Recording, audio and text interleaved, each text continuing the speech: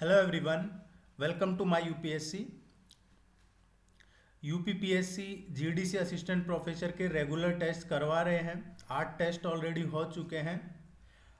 अगर आपने अभी तक नहीं चैनल को सब्सक्राइब किया है या नहीं देखे हैं टेस्ट, तो आप चैनल पे जाके देख लीजिए। टेस्ट सीरीज अवेलेबल है, हिंदी और इंग्लिश मीडियम दोनों में अवेलेबल है। जनरल स्टडीज़ के लिए भी है, आपके जो ऑप्शनल सब्जेक्ट हैं उनके लिए भी अवेलेबल है।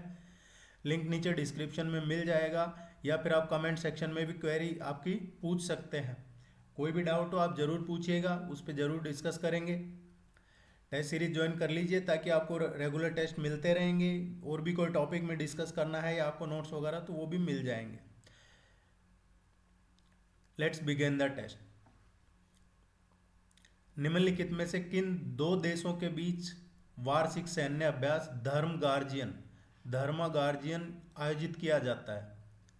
ये एनुअल होता है, दो देशों के बीच में होता है। ये जो आयोजित किया जाता है हर साल, ये किया जाता है भारत और जापान के बीच। डी इसका करेक्ट आंसर है। भारत और जापान के बीच है जो कर्नाटक में। अभी इसका जो थर्ड एडिशन है, तीसरा, वो शुरू हुआ है। ये अभी फेब टू मार्च, 10 मार्च तक, 28 फरवरी से 10 मार्च तक प्रपोज है, ये चल रहा है। इसमें जो मराठा लाइट इन्फेंट्री रेजिमेंट है उसकी 15 जो बटालियन है वो इसमें भाग ले रही है। आपने देखो, भारत और जापान है, इनके बीच में होता है ये धर्म गार्जियन, ये सैन्य अभ्यास है। और भारत और जापान किसके मेंबर हैं? क्वाड।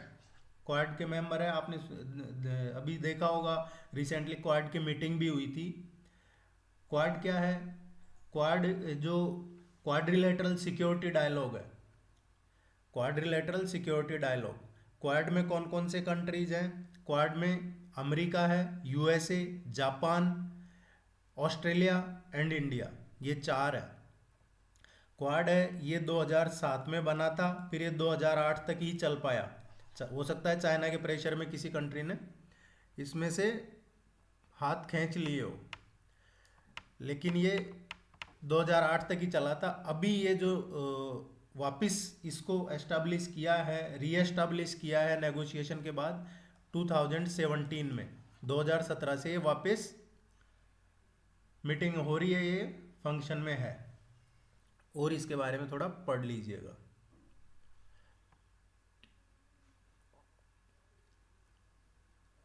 निम्नलिखित में से किसने प्रसिद्ध बंगाली कविता विद्रोही की रचना की थी? ये एक बंगाली कविता है, इसकी रचना किसने की थी? देखिए, विद्रोही की रचना की थी काजी नजरुल इस्लाम ने। ये इस काजी नजरुल इस्लाम की जो टॉप फेमस पोएट कविताएं हैं उनमें से एक है। ये कब लिखी गई थी? 1921 में। और बाद में इसका 1922 में अग्निवीणा में इसका समावेश कर लिया था।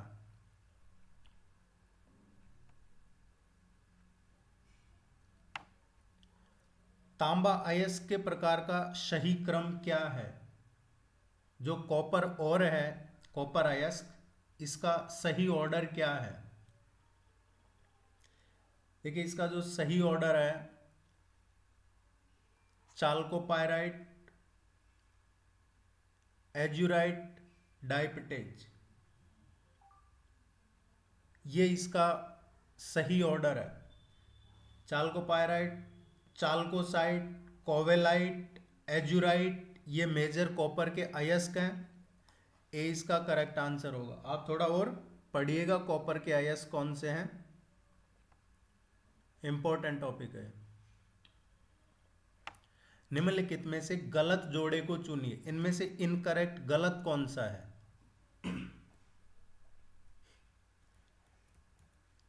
इसमें जबलपुर है, नर्मदा नदी के किनारे स्थित है, ये सही है। सूरत है, ताप्ती रिवर के किनारे स्थित है। बद्रीनाथ अलकनंदा रिवर के किनारे है। ये सारे ही विकल्प सही है, इसमें डी आंसर आएगा, कुछ भी गलत नहीं है इसमें। पूछ लिया जाता है कई बार एक क्वेश्चन, सिटी और रिवर बैंक।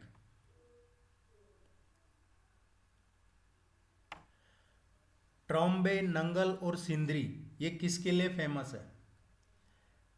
देखिए, जो ट्रॉम्बे, नंगल और सिंदरी है ये उर्वरक के कारखाने हैं, फर्टिलाइजर के लिए फेमस है, ये चर्चा में है, इसलिए क्वेश्चन बनाया है।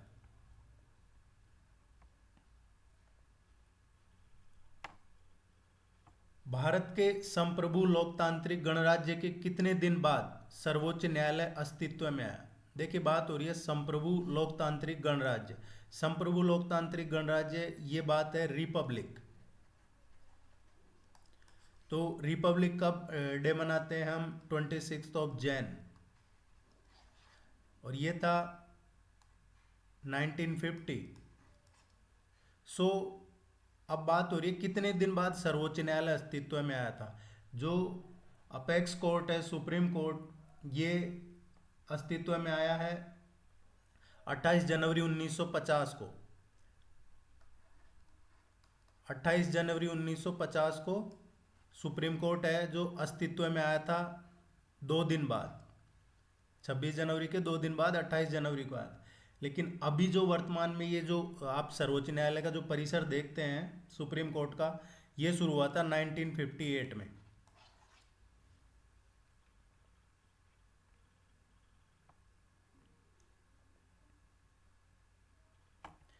केंद्रीय भारतीय भाषा संस्थान कहाँ पे स्थित है? जो central institute of Indian languages है, ये कहाँ पे स्थित है? ये है मैसूर में। केंद्रीय भारतीय भाषा संस्थान मैसूर में है, कर्नाटका में।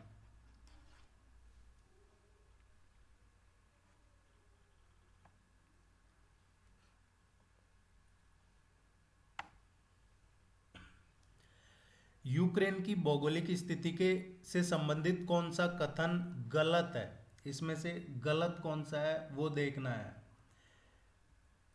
देखिए, अभी ये जो क्राइसिस चल रहा है रशिया और यूक्रेन, तो यहाँ से एक क्वेश्चन पॉसिबली पूछ सकते हैं आपसे। यूक्रेन का क्या जियोग्राफी है? एक ब्लैक सी है, मेडिटेरेनियन सी है, इनके बारे में जरूर, इनके बॉर्डर कंट्रीज कौन कौन से हैं, और कौन सी रिवर फेमस है यूक्रेन से, इस तरीके के जो माउंटेन है वहाँ के जरूर पढ़िएगा।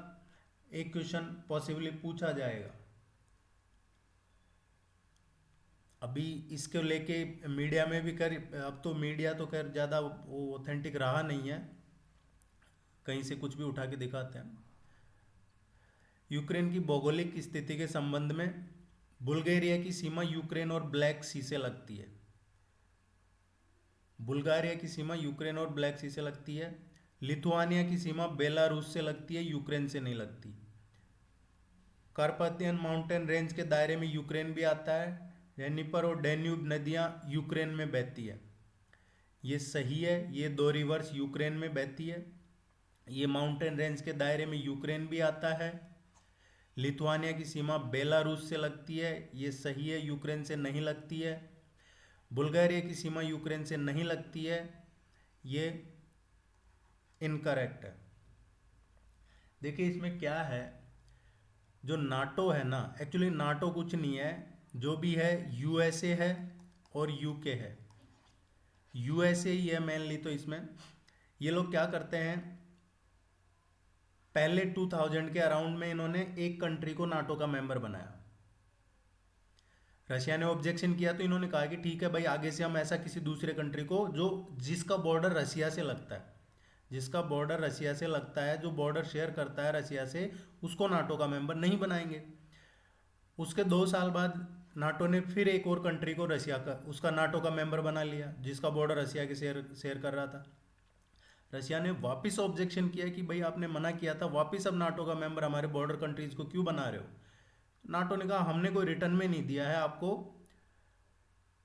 अब ये बार बार हर 1 साल 2 साल में नाटो किसी न किसी ऐसे कंट्री को जो रशिया के साथ बॉर्डर शेयर करता है उसको नाटो का मेंबर बनाता है। नाटो का मेंबर बनाने का मतलब है कि वो उसकी सिक्योरिटी सेफ्टी 30+ कंट्रीज के हाथ में हो जाएगी, इंक्लूडिंग यूएसए यूके वगैरह जो हैं।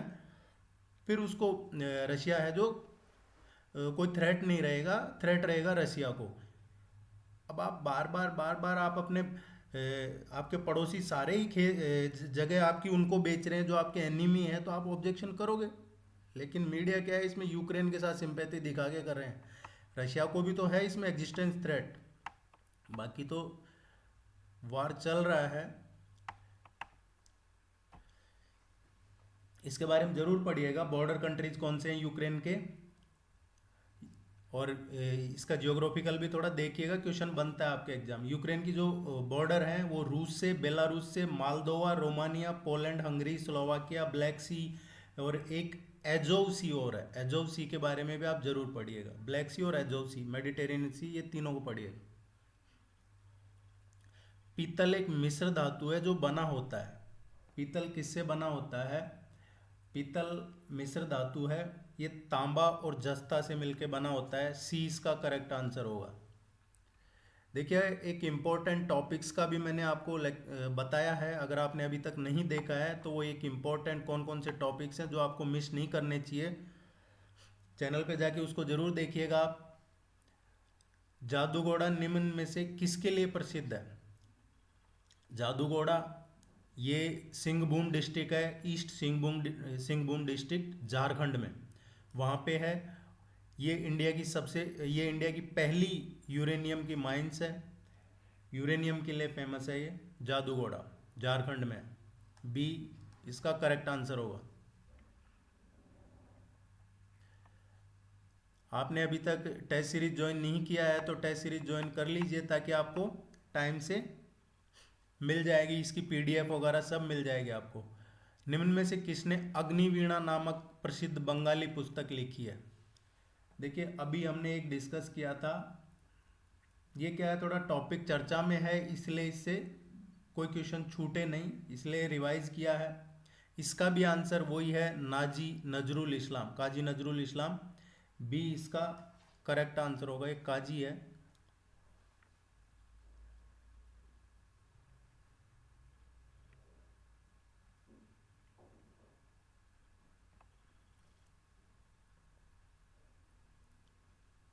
बंगाल की खाड़ी में अंडमान द्वीप को निकोबार द्वीप से कौन सा चैनल अलग करता है? देखिए जो बे ऑफ बंगाल है उसमें अंडमान और निकोबार को जो चैनल सेपरेट करता है वो है 10 डिग्री चैनल। जबकि जो 9 डिग्री चैनल है, 9 डिग्री चैनल किसको अलग करता है? ये लक्षद्वीप और जो मलिक अटोल है उसको अलग करता है, लक्षद्वीप और Malik atoll. 10 degree Andaman and Nicobar.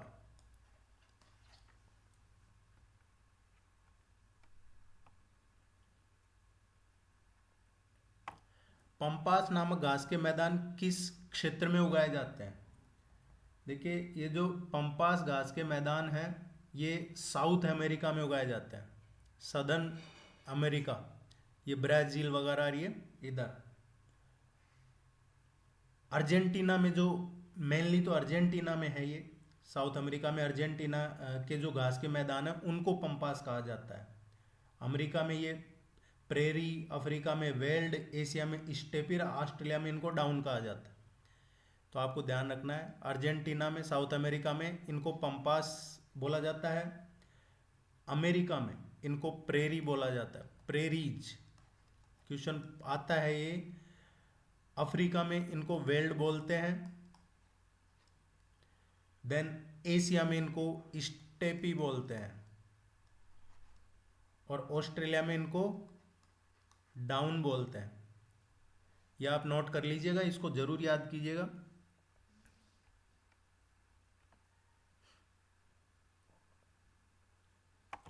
Biological oxygen demand किसका माप है?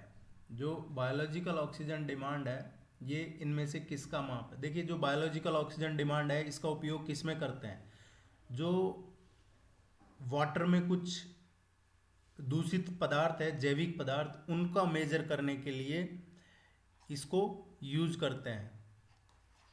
प्रदूषण के लिए इसका किया जाता है, स्पेशली जो पानी में जो मौजूद है कंटामिनेंट, उनका मेजर करने के लिए इसको यूज किया जाता है। बायोलॉजिकल ऑक्सीजन डिमांड,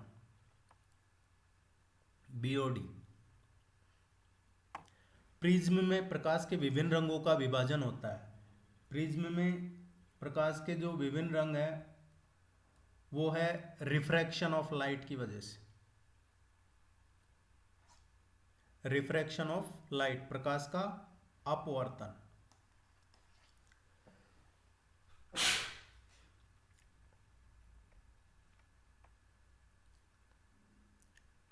सुंडागर्त कहाँ है? ये सुंडागर्त है, ये हिंद महासागर में है, एक ट्रेंच है एक्चुअली, सुंडा ट्रेंच हिंद महासागर में है ये। इसको पहले जावा ट्रेंच बोला जाता था, जावा गर्त, जावा ट्रेंच। ये काफ़ी डीप गर्त ट्रेंच है ये।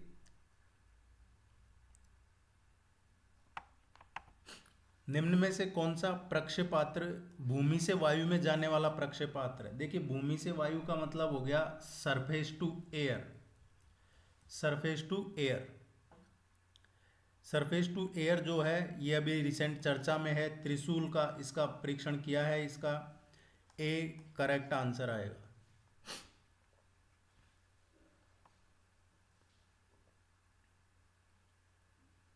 अंतर्राष्ट्रीय मुद्रा कोष ने हाल ही में किसे नए अर्थशास्त्री के रूप में नियुक्त किया? ये आईएमएफ ने किया है अभी अपॉइंट, न्यू इकोनॉमिस्ट। ये किसको किया है? ये एक फ्रांसीसी नागरिक है, इनको किया है पियरे ओलिवियर गोरिंचस। सी इसका करेक्ट आंसर होगा। ये आईएमएफ के अभी नए इकोनॉमिस्ट अपॉइंट किए इनको।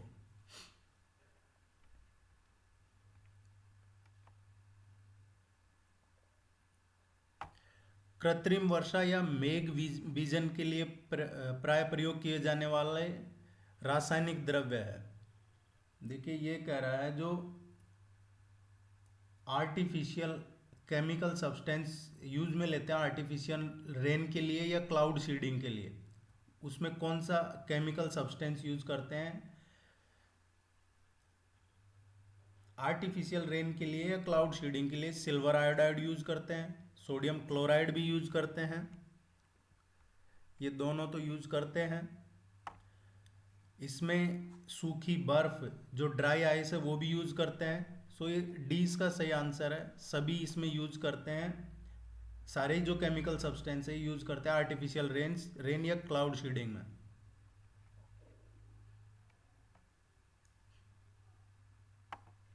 पृथ्वी तथा पुरानी चट्टानों की आयु ज्ञात करने में किस रासायनिक का प्रयोग किया जाता है? ये जो एज है, कोई बहुत ओल्ड रॉक्स हैं या अर्थ है, इनकी जो एज है चट्टानों की, वो किसका यूज किया जाता है, किस केमिकल का यूज लिया जाता है? देखिए, इसके लिए यूरेनियम 238 का यूज लिया जाता है। ये इंपॉर्टेंट है, आपको ध्यान रखना है, यूरेनियम 238।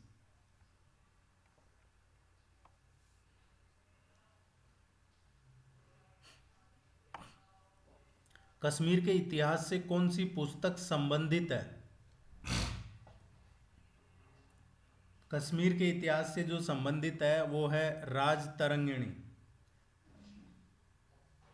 कलहण ने लिखा है इसको, राजतरंगिणी को। अभी कश्मीर पे एक कश्मीर फाइल्स करके मूवी और आ रही है, देखिएगा वो जरूर। हो सकता है डेट तो नहीं पता है, लेकिन बता रहे हैं कि अच्छा है, उसमें कुछ एक्चुअल बताया है, कुछ उसमें ऐसा चल रहा है चर्चा में। National research centre for women in agriculture कहाँ है? ये जो national research centre for women in agriculture है, ये भुवनेश्वर में है, उड़ीसा में। इसकी स्थापना कब हुई है? अप्रैल 1996 में। अप्रैल 1996 में इसकी स्थापना हुई है, ये ध्यान रखना। एक क्वेश्चन पूछा जाता है इस तरीके का आपके एग्जाम में, इसलिए रेगुलर बेसिस पे इनका प्रैक्टिस करवा रहे हैं। विटामिन की कमी है सूची फर्स्ट में, और जो लिस्ट सेकंड है उसमें कौन सा रोग होता है, किस विटामिन की कमी से कौन सा रोग होता है। देखिए विटामिन डिजीज, ये क्वेश्चन मैं आपको पहले बता चुका हूँ कि ये आएगा आपके एग्जाम में, रेगुलर बेसिस पे पहले आए हैं। अभी आपके ऊपर है कि आप इसको कितना सीरियस लेते हैं। अदरवाइज आप टेस्ट सीरीज ज्वाइन कर लीजिए, आपको ये पीडीएफ वगैरह सब मिल जाएंगी, लिंक नीचे डिस्क्रिप्शन में अवेलेबल है। विटामिन ए, विटामिन ए की कमी से कौन सा रोग होता है? विटामिन ए की कमी से जो रोग होता है, ज़्यादातर को पता होगा, ड्राई आई जो रोग है, ड्राई आई,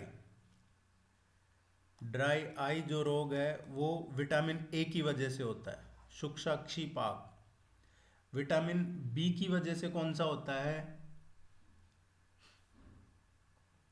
विटामिन बी की वजह से रिकेट्स होता है, विटामिन बी की वजह से। विटामिन सी की कमी से कौन सा होता है? विटामिन सी की कमी से ये बेरी होता है। एंड विटामिन डी की वजह से स्कर्वी होता है।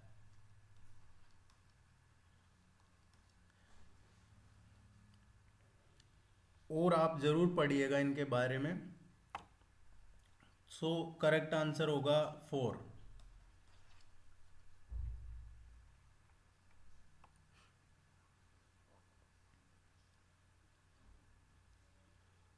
विटामिन एंड डिजीज से क्वेश्चन आता है आपके, पहले भी आए हुए हैं, रेगुलर आता है। यूनेस्को ने भारतीय धरोहरों का विवरण निम्न में से किस भाषा में छापने की सहमति दे दी है? देखिए अभी जो वर्ल्ड हिंदी डे था, इस पर संयुक्त राष्ट्र शैक्षणिक, वैज्ञानिक और जो सांस्कृतिक संगठन है यूनेस्को, यूनेस्को की फुल फॉर्म क्या है? United Nations educational, scientific and cultural organization. इन्होंने अभी रिलीज किया है कि जो वर्ल्ड हेरिटेज साइट है इनको आप हिंदी में भी छाप सकते हैं। डी इसका करेक्ट आंसर है। अब जो भारतीय धरोहर है, जो वर्ल्ड हेरिटेज साइट है इंडिया में, उनके बारे में हिंदी में भी छाप सकते हैं। और ये वर्ल्ड हिंदी डे था, और इसके इसकी अध्यक्षता किसने की थी?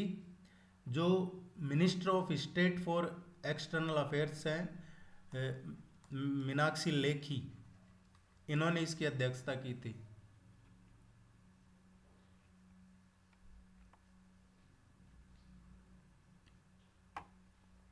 वाणिज्य फसलों के लिए मूल्य समर्थन संचालन को लागू करने के लिए केंद्रीय नोडल एजेंसी कौन है? जो कमर्शियल क्रॉप्स हैं उनके लिए जो सपोर्ट प्राइस है उसको कौन सी नोडल एजेंसी इंप्लीमेंट करती है?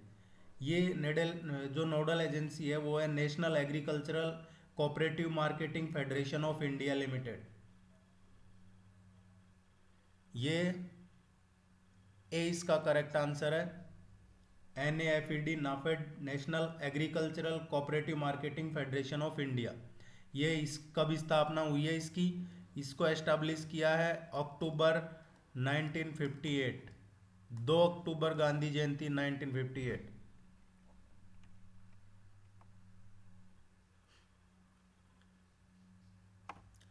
कौन सा मिलान सही नहीं है? इनमें से इनकरेक्ट मैच कौन सा है, कौन सा मैच सही नहीं है? विद्युत चुंबकत्व। देखिए जो इलेक्ट्रोमैग्नेटिज्म है ये लॉ ऑफ फैराडे का लॉ है। जो थ्योरी ऑफ इनहेरिटेंस है, ये थ्योरी ऑफ इनहेरिटेंस डार्विन का, ये गलत है। जड़त्व के नियम, law of inertia, inertia Newton का है। सो जो inheritance, law of theory of inheritance है वो किसका है? मेंडल का है। ये मेंडल का है थ्योरी ऑफ इनहेरिटेंस का।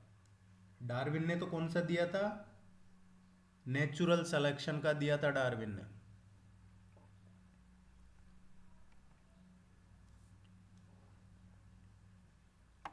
अम्ल वर्षा वनस्पति को नष्ट कर देती है, क्योंकि उसमें जो एसिड रेन है ये डेस्ट्रॉय कर देती है वेजिटेशन वगैरह को।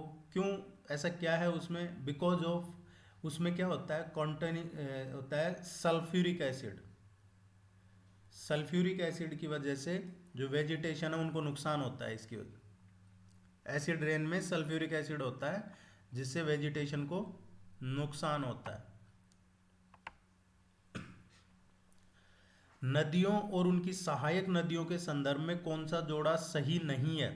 रिवर है और उनकी ट्रिब्यूटरीज हैं सहायक नदियां। अब इनमें से कौन सा सही मैच नहीं कर रहा है वो देखना है। देखते हैं यमुना। यमुना जो रिवर है उसकी सहायक नदियां हैं सिंध, बेतवा, केन।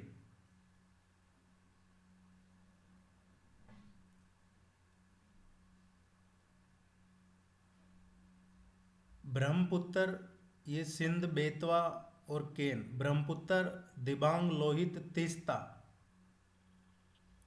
नर्मदा, पूर्ण, गिरना, अमरावती।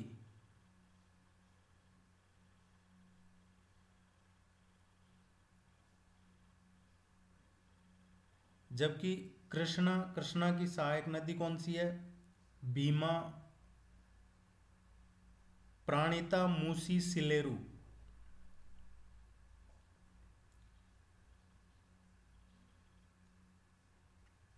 सो इसमें से देखते हैं क्या इसका करेक्ट आंसर होगा, क्योंकि जो नर्मदा की मेन ट्रिब्यूटरीज है वो है तावा, कावेरी, चोरल, मान, ये है। जबकि जो कृष्णा रिवर है उसकी है जो भीमा, परेलू, कोयना, तुंगभद्रा, ये है। सो इसका करेक्ट आंसर आएगा बी।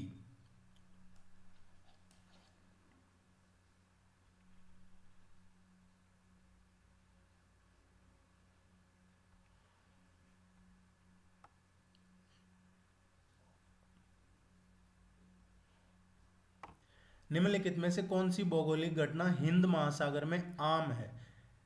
ऐसी कौन सी ज्योग्राफिकल घटना है जो कॉमन है इंडियन ओशियन में? इंडियन ओशियन में जो आम बात है वो है साइक्लोन, चक्रवात। चक्रवात यहाँ इंडियन ओशियन में आम नॉर्मल कॉमन चीज है। ये जो चक्रवात है जो वायुदाब है उसके कारण उत्पन्न होते हैं। आसमान के वायुदाब जो डिफरेंस ऑफ प्रेशर है इसकी वजह से होता है, असमान वायुदाब की वजह से।